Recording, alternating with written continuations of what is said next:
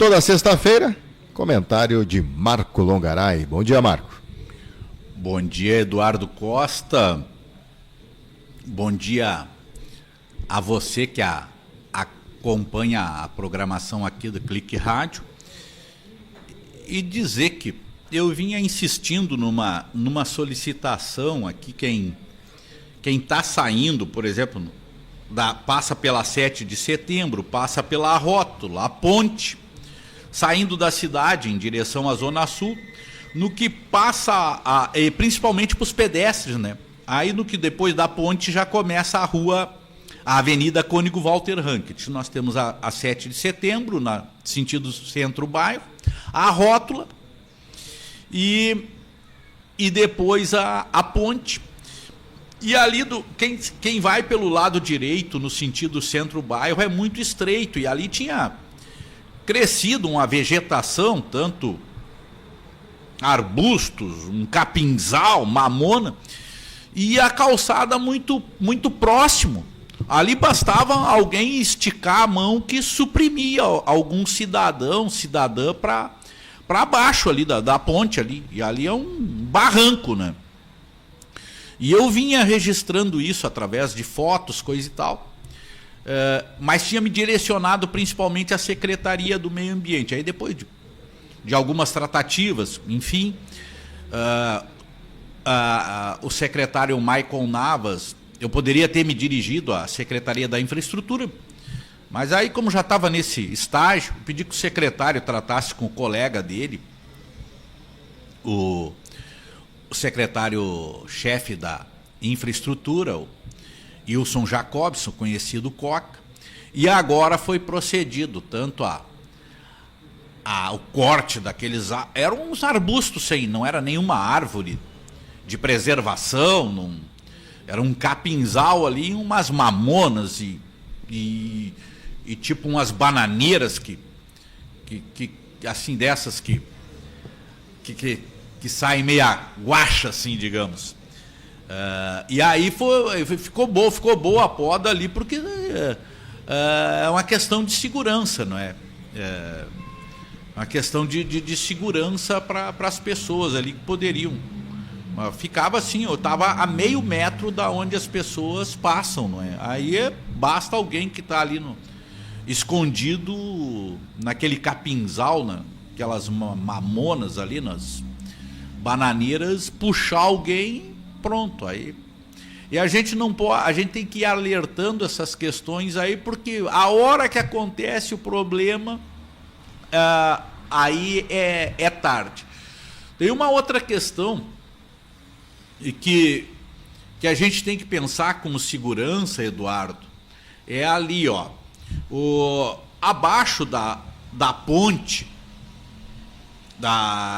ao descendo a ponte em direção no que passa a ponte sobre o Arroio Duro, na junção com a Praça da Legalidade, ali, depois daqueles episódios, daquelas enchentes lá do final dos anos 2000, a UD ali, prefeitura, coisa e tal, levantaram bastante a barranca. Tinha um banhado ali, o banhado foi suprimido, foi feita a Praça da Legalidade. Mas o que ocorre? A barranca é muito íngreme. Qualquer pessoa que se descuide, tem bastante árvores ali, principalmente os pés de engazeiros. Mas é o seguinte, ó, quando tá, ou não precisa, se o arroio tiver com um pouco de água, um dia que, se a barragem está com bastante água, precisa dar descarga, ou no tempo de aguação, alguém ali, ó, não tem uma cerquinha, não tem uma proteção, alguém se descuida e tu pode escorregar uma criança e tu vai estar com uma profundidade de água e correnteza num determinado... Então, é uma questão que tem que ter um olhar atento, principalmente ali, junto à Praça da Legalidade. Bom, o arroio tem essa barranca e segue lá em direção a rua Ederaldo de Souza Gomes. Bom, mas aí na rua Ederaldo de Souza Gomes não tem moradores do outro lado da rua, e também não é uma praça, e na praça aqui da Legalidade tem pessoas que vão ali eventualmente. Quem mora lá no aterro, que a gente chama, da Getúlio Vargas, lá tá todo mundo. E tá todo mundo muito acostumado com a barranca. Então, aqui, junto à Praça da Legalidade, como medida de segurança, há de ser colocada uma tela, alguma coisa, para que não venha a ocorrer um acidente, uma fatalidade, e a gente posteriormente fazer aquele ou tá lamentando, né? Mas é uma questão que se recebe tanta emenda, se investe tanto então ali merece um olhar do poder público de dar segurança ali, porque pessoas que às vezes frequentam ali uma ou duas vezes, uma criança se dispersa do contato com os pais, ou até um adulto ali, no entardecer, pode perder a noção daquele barranco ali, depois que despencar lá para baixo, e se não sabe nadar e pega um dia com arroio cheio, aí a sobrevivência vai ter que contar com a sorte, né? Nós temos vários casos de óbito no Arroio Duro, abaixo da ponte do CTG, porque foi tomar banho, o lugar era impróprio, enfim. Outros, infelizmente, buscam o suicídio também, né, ali. Então nós já sabemos que temos esse ponto crítico aqui abaixo da ponte entre a Rótula e a Avenida Nestor no final da 7 de setembro, a Rótula, e a Avenida Cônigo Walter Rankt, né? E junto à Praça da Legalidade, mais precisamente, né? Nós tivemos essa semana, vou falar de esporte, uma pessoa, minha amiga que ouviu o comentário da semana passada, mas eu sei que tu falava só de política, Marco, estava falando de esporte, eu não quero roubar o espaço do Celinho aqui, que é quem conhece, né? Mas eu tive a satisfação de ver a estreia do grande Manga no Internacional em julho de 1974. Raramente se passava um jogo ao vivo, e naquele final de tarde, um 2-2 do Inter com o Vasco, lá no Rio de Janeiro, foi a estreia do Manga. E primeiramente o Vasco saiu ganhando de 2-0, e o Manga veio com todo um cartaz para o Inter, se não me engano, vindo do Uruguai, do Nacional, se não me engano, e o Manga me toma um gol que ele estava, a bola, o Zanata chuta a bola da intermediária, o Manga até parecia que a bola ia para fora, e ele foi segurar a bola numa infelicidade, e a bola acabou entrando assim, vagarosamente para dentro do gol do Inter, assim.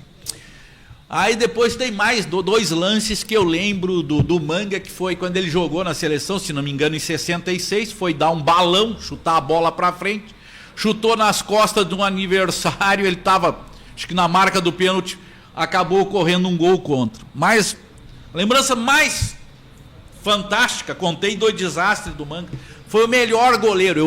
Eu vi desde os anos 70 todos os goleiros com nitidez que passaram pelo Inter.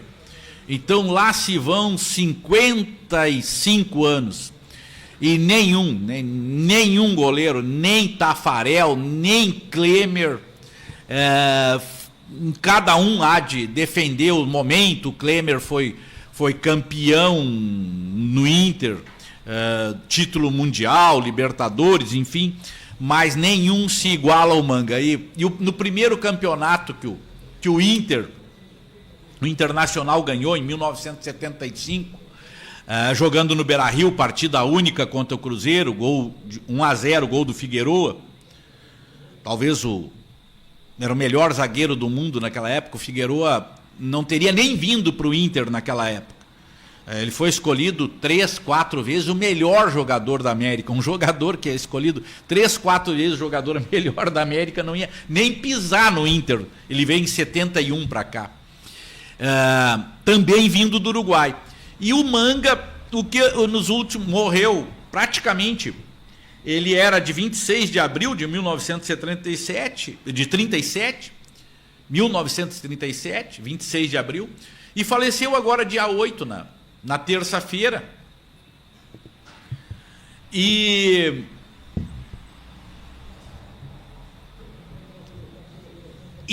foi naquele jogo do Inter, que o Inter se tornou campeão, o Nelinho, o lateral direito do Cruzeiro, era um excelente batedor de falta.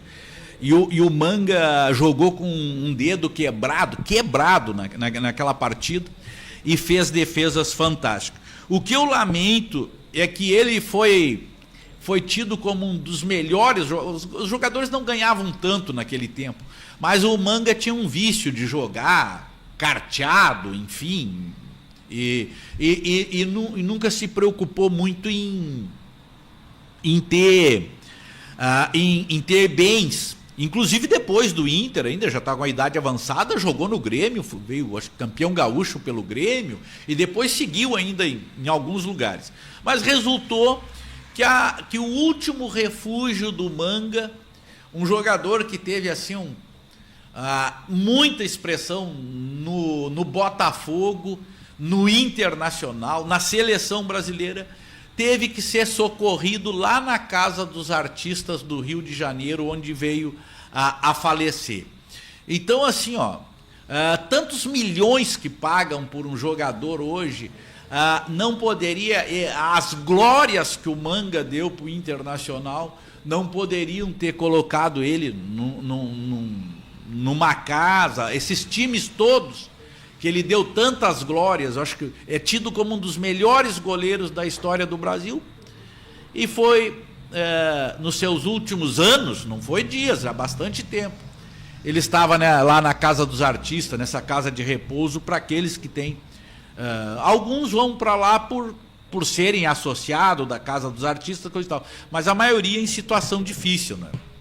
Então,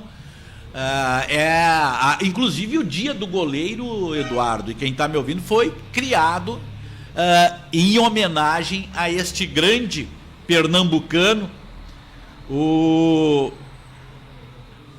Ailton Correia de Arruda, não é? O Manga. Ontem também nós tivemos ali no auditório da Secretaria de Educação, a 9ª Conferência Municipal de Saúde, durante a tarde de ontem, cujo tema principal era garantir direitos e defender o SUS, a vida e a democracia. Amanhã vai ser outro dia. O SUS, o Sistema Único de Saúde, criado a partir da Constituição, com os elementos da Constituição Cidadã de 1988, que diz que também a saúde é um direito da população, assim como o lazer, a moradia e outros, num país em desenvolvimento, um país ainda que não é de primeiro mundo, mas o SUS é de uma generosidade imensa, universal, trata os pobres, trata os ricos. Dentro do âmbito do SUS, aí hoje temos mais de 40 medicamentos gratuitos na farmácia popular. Isso, por exemplo, faz com que, entre medicamentos e outros, como não dá para dizer só medicamentos, tem fraldas geriátricas também, até pouco tempo alguns medicamentos se pagavam um percentualzinho, agora está zerado. Então ele é muito generoso. As pessoas que fazem tratamento oncológico, 90% da população não teria como pagar um tratamento oncológico. No entanto, 90% não teria como pagar. E os outros 10% que poderiam pagar, parte também usam a gratuidade do SUS. Um tratamento de hemodiálise também, mas a esmagadora maioria da população não teria como pagar, não é? Então a gente tem que lutar. Há poucos anos, Eduardo, poucos anos, eu pensava em unidade, posto de saúde, que a gente falava, era o centro social, o posto de saúde na frente do hospital, e diziam lá no NPS, que é a Secretaria da Saúde, mas o povo, assim, se acostumou a dizer, vou lá no NPS, tenho médico lá. Hoje nós temos 15, 16 unidades de saúde, nós continuamos com o centro social, tem o Ashton Brose no Maria da Graça, tem aqui no bairro Ciá Juliana, tem unidade de saúde, na Santa Marta tem, no Dona Teresa, na Carvalho Basto, na Coab, na Getúlio com o bairro Olaria, nós temos lá na Vila Denise, na Pacheca, até no interior, e isto vai gerando quanto mais atendimento. Eu sou daquele tempo que tinha, ou a gente ia de madrugada, às vezes no dia anterior, para conseguir uma ficha, outros tinham os tiradores de ficha, aquelas pessoas que necessitavam de alguma renda, e as pessoas que podiam pagar, ou que tinham que descansar, ou trabalhar no outro dia, pagavam para a pessoa tirar a ficha. E claro que esse atendimento maior, ao invés de 2, 3 lugares que nós tínhamos abarrotado de gente, agora abarrotado de gente, de usuários, de pessoas necessitando de atendimento, nós temos 15, 16 unidades de saúde no município, nós temos a UPA também, que é um ponto que desafoga também, então evoluímos bastante, isso gera também mais atendimento, gera mais pedidos de exames, enfim, que às vezes as pessoas protelavam diante da dificuldade de conseguir até uma consulta, né? Então existe muito mais médicos atendendo, gerando mais demandas, mas nós temos que defender o SUS para ele poder ter mais recursos, a agilidade que tem, demora, mas isso tudo tem uma questão lá na ponta que tem um custo, tem um orçamento, a União e o município vem cumprindo, existe alguma discussão se o Estado está conseguindo cumprir a sua parte, existe alguns questionamentos, mas ainda precisa de mais recurso, além desses recursos constitucionais que são alocados para cobrir. Para se ter uma ideia, aqui o nosso hospital, que agora quero fazer aqui, além de parabenizar a Amanda e sua equipe que assumiram a direção do hospital, a Amanda Ouro, também parabenizar o Otávio Moraes pelo tempo que ele destinou, não por questões de saúde, ele nem cogitou concorrer à reeleição, mas deu sua contribuição numa entidade que tem um déficit. E aí, se o hospital não atender, tem um déficit, mas vamos zerar o déficit. Bom, mas se o hospital não atender essas pessoas, para não ter déficit, as pessoas vão ficar sem uma cirurgia, vão ficar sem um atendimento. Então, mesmo que... E é uma fundação beneficente, né? Então, eu parabenizo essas pessoas que corajosamente colocam seus nomes, não são remunerados. Presidente do hospital, presidenta do hospital, não são assalariados para estarem ali e ainda responde com o CPF da pessoa física. Um outro assunto que está permeando aí a nível mundial é esse tarifaço do Trump, não é? E aí isso está impactando todo mundo. Agora ele está num jogo de truco, assim, num jogo de blefe lá com a China. A China é um país poderoso, ele aumentou as tarifas para a China foi atrás, aumentou também as tarifas para os Estados Unidos, ele dobrou a aposta, aumentou mais, agora ontem a China, ou para amanhã, porque lá na Ásia hoje já está findando o dia, ou já findou, tem um fuso horário com a diferença significativa de horas. Então, e isso está assim, causando essa demência, desvairado que é o Trump, ele está causando um rebuliço, um temor, muita gente perdendo dinheiro, isso cria insegurança. Ele é uma pessoa que ele taxou até uma ilha onde só vivem pinguins, por exemplo. Aí depois os caras fizeram os memes aí, né? Sobre isso, né? Então isso é um extremismo que pode levar consequências muito ruins. No caso do Brasil aqui é 10%, é bastante administrável, coisa e tal, mas ele está criando um problema com países que eram assim, lindeiros, digamos assim, que é o caso do México e do Canadá, e está criando uma convulsão até com esses países que eles tinham um sistema ali de produção de componentes para abastecer as fábricas norte-americanas. Então criam insegurança no mundo todo. Os Estados Unidos ainda é a maior potência mundial, com o seu poderio de consumo, principalmente poderio econômico, armamentista. E esse jogo que o Trump faz é um jogo muito arriscado, muito perigoso, que pode levar a consequência. Não se vislumbra coisa boa do que ele está propondo, e a chance de dar ruim é muito grande. De outro lado, uma questão local aqui, não é?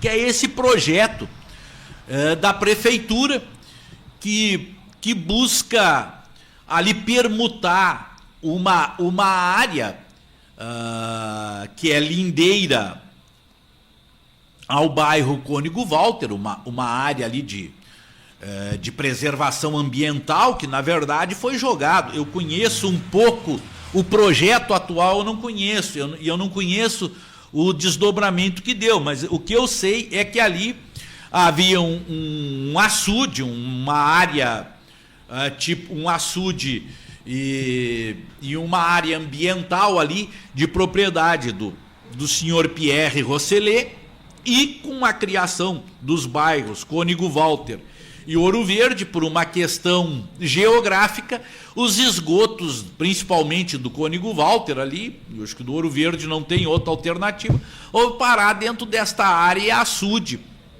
do senhor Pierre Rosselet. Eu sei que deve existir uma ação na justiça. O conhecimento deste caso que eu tenho já remonta a coisa de 20 anos. Eu não sei qual foi o desfecho na época, mas agora a prefeitura propõe ficar com aquela área que ambiental pouca coisa hoje devido ao esgoto que é jogado ali. O que tem que achar é meio... A área está atingida, digamos assim, está ferida fatalmente, né? A área deste senhor. Mas a prefeitura tem que ver como tratar o esgoto e não jogar esgoto dos dois bairros ali, que é responsabilidade da prefeitura. É uma questão de permuta, não precisa audiência pública. A questão da permuta que é colocada aí, eu vou me apropriar desse projeto, embora tenha conhecimento que já vá à votação na segunda-feira, mas a questão toda é o seguinte, eu acho que o projeto deveria ter audiência pública, eu não tenho conhecimento se foi. Tem que dizer aonde que está o interesse público em trocar uma área que é do distrito industrial por uma área rural, tida como rural, ou uma área que tem outro destino. Isto que a gente tem que ver, uma área alagadiça, entende? Uma área ali que era um banhado, com um açude junto.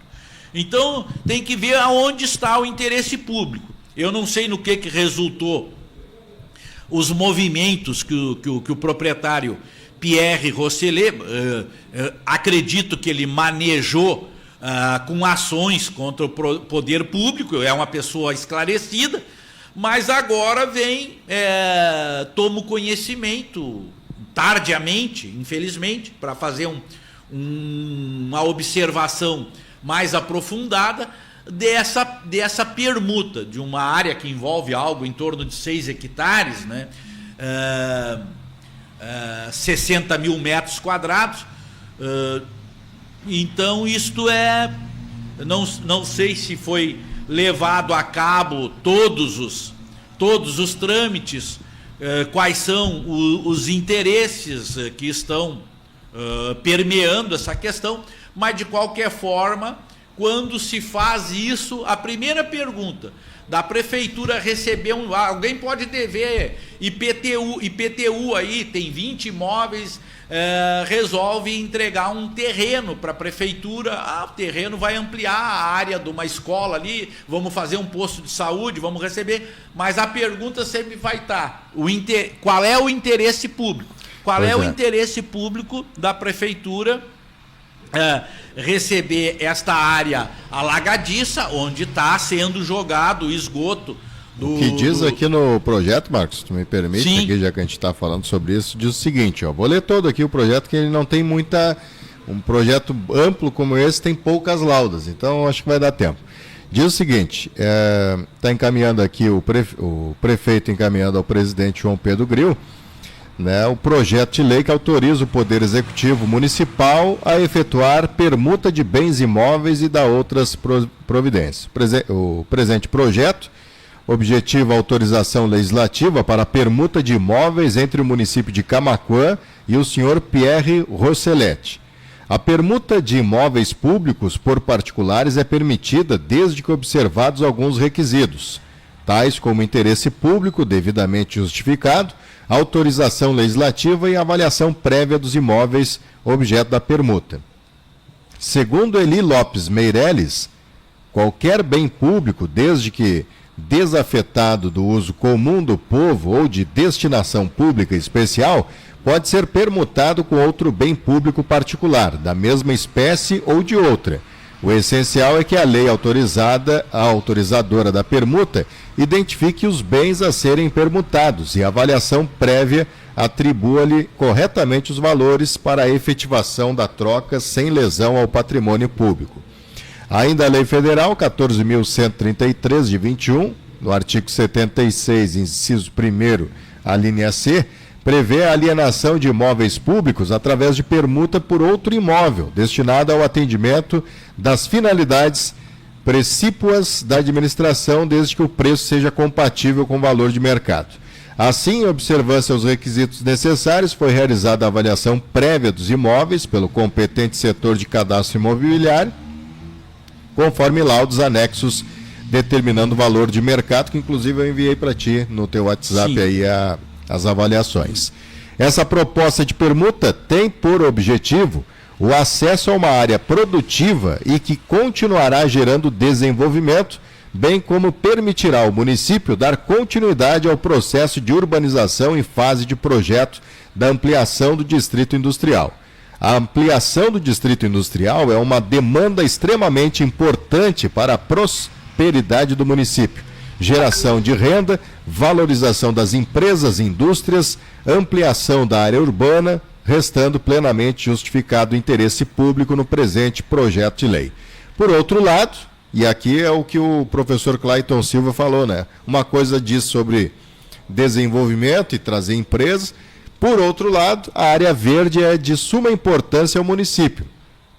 Ela desempenha um papel crucial no controle da poluição do ar e vegetação, contribui para a regulação da temperatura, criando um microclima mais ameno e reduzindo os efeitos do calor urbano, tão comuns em áreas densamente construídas.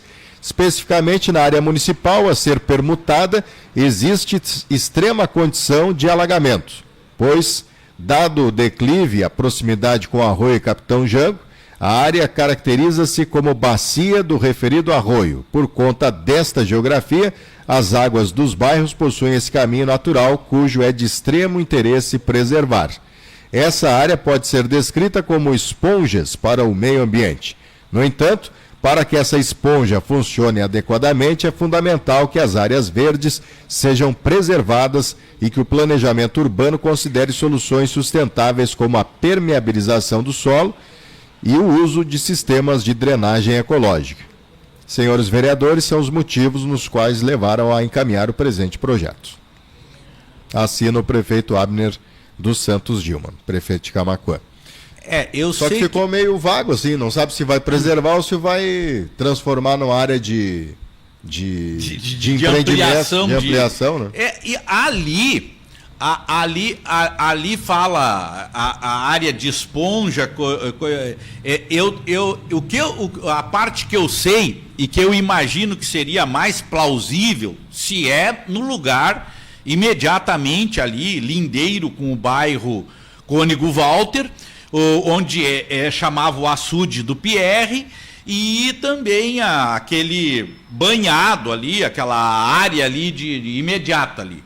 Ali eu sei que está poluído por conta do esgoto, daquela imensa população ali dos bairros Cônego Walter ali, e que grande parte desagou ali no chamado açude do Pierre.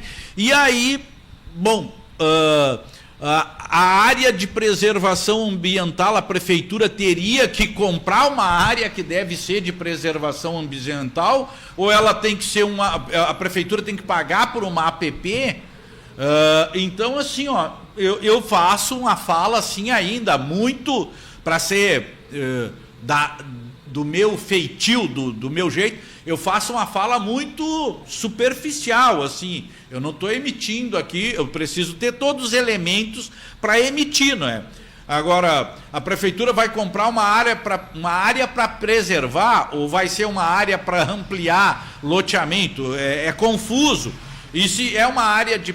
Como eu sei que é uma área que acabou sendo jogado esgoto lá e que a responsabilidade, de certa forma, é da prefeitura, eu sei que é uma área prejudicada, né? Quando ocorrer de todo o esgoto de ser tratado em Camaquã, que eu não sei se eu vou ver isso em vida, sinceramente eu fico um tanto descrente dessa questão.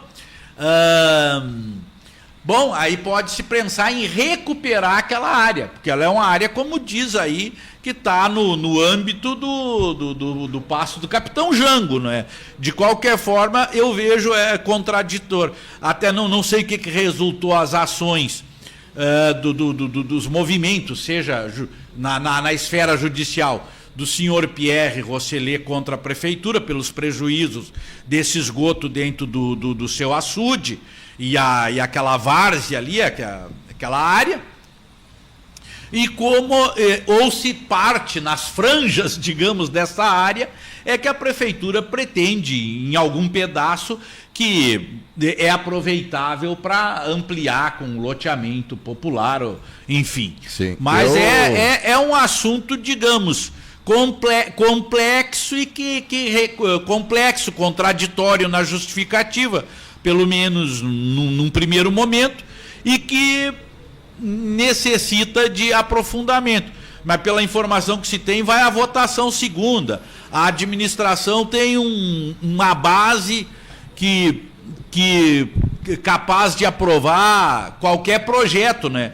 O que isso não impede que a transparência seja total com a comunidade, né? Não é porque a base governista, o governo tem a maioria de 2/3 na Câmara, que vai fazer um rolo compressor, não é?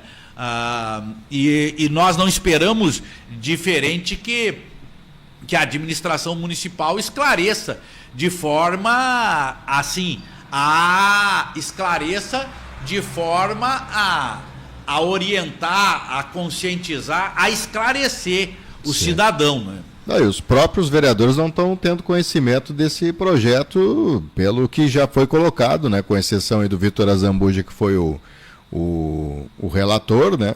E tem o professor Clayton, que esteve aqui. O vereador Vinícius, ele foi bem sincero aqui no ar, dizendo que não conseguiu ler o projeto ainda, né? E o projeto iria à votação em regime extraordinário, agora na quinta, mas depois que a gente acabou tocando nesse assunto, o projeto saiu da pauta. E aqui eu conversei desde o início dessa pauta, eu venho chamando o assessor de imprensa, o Tarso Ribeiro, para alguém falar da prefeitura, né? Isso desde o tempo do plano diretor, eu tento alguém que fale em nome da prefeitura. E mais uma vez a prefeitura se omitindo a trazer a público assim, uma explicação de um outro assunto que, de uma certa forma, traz uma certa dúvida ou polêmica, né? E o Tarso me respondeu que, quanto ao assunto dos terrenos, não serão concedidas entrevistas, já passamos as informações. E o relator do projeto também já explicou que é oposição ao governo, né? E me chama mais atenção ainda porque o líder que é contra o governo, né, da oposição, está defendendo também o projeto, mas não tem uma explicação também muito plausível, assim. Não está bem transparente isso, né? Então a gente está tentando às vezes transparecer e até agora não estamos conseguindo aí com quem deveria falar, né? Eu conheço um pouco dos elementos do assunto, mas eu te digo, a abordagem minha é superficial, porque eu não tenho todos os dados para emitir uma convicção. Quando tomei conhecimento do assunto, eu até achei que era em função de uma indenização, ou de uma ação na justiça que tivesse derivado para essa situação, porque acabou que a área ficou sendo jogado esgoto sem tratamento, como nenhum centímetro de esgoto até hoje é tratado aqui em Camaquã, né? E claro que prejudicou aquele manancial, o açude ali, o entorno, enfim. Agora a justificativa não fazem uma referência que é por conta de uma indenização, e eu não vejo razão.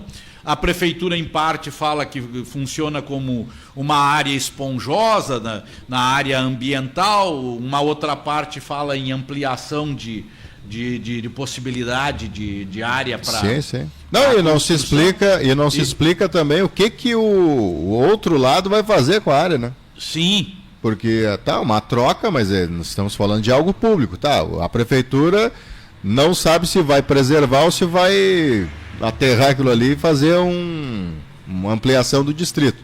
E, ao mesmo tempo, não se sabe o que o outro lado vai fazer com aquela terra, né? Que é hoje uma terra da prefeitura, um espaço da prefeitura. Sim, o que se espera do poder público é poder aproveitar as diferentes mídias que tem na cidade e através delas, destas mídias, esclarecer o máximo da população. Alguns gostam de olhar num determinado veículo, outros assistem outro.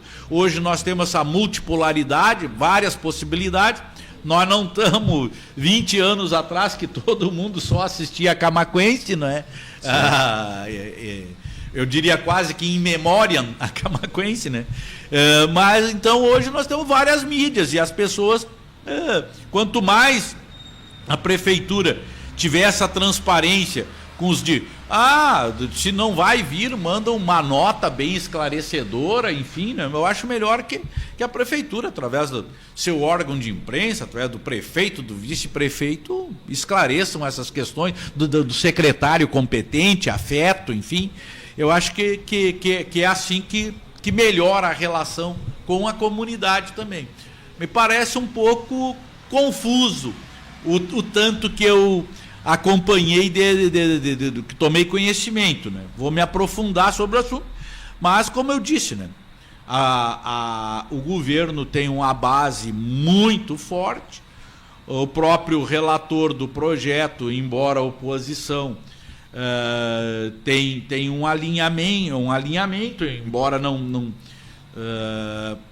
parece não ter manifestado todos os elementos, é mais uma questão por identificação, digamos, do campo de atuação. Eu até estou questionando aqui o assessor de imprensa se eu vou rodar o áudio que ele me mandou, né, para fazer os cortes aqui nas redes sociais, ou eu vou enviar uma nota, né, porque eu não tenho nenhuma posição do governo com relação a esse assunto, né.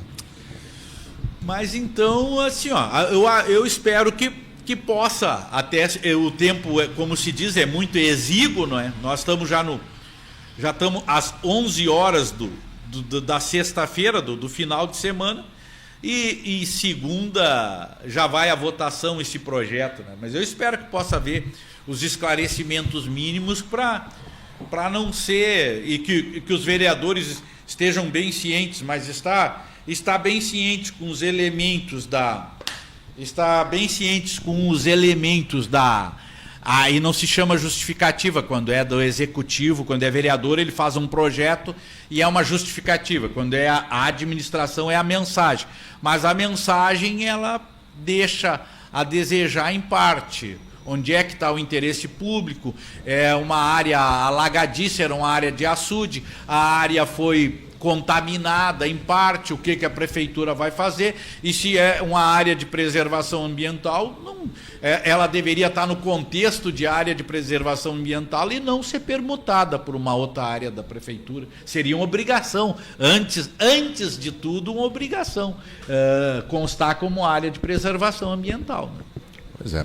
Marco Longaraté, convido, segunda-feira, já que vai ser o assunto de segunda-feira e vai ser votado esse projeto, e tudo indica, pelo que está tudo muito na surdina, vai ser aprovado, né? Mas se tomar conhecimento, ler os projetos, quiser fazer um comentário na segunda, fica o convite. Muito obrigado aí e desejo aos que estão acompanhando a programação do Clique Rádio um abençoado final de semana com saúde, que é o fundamental. Um abração a todos e todas aí.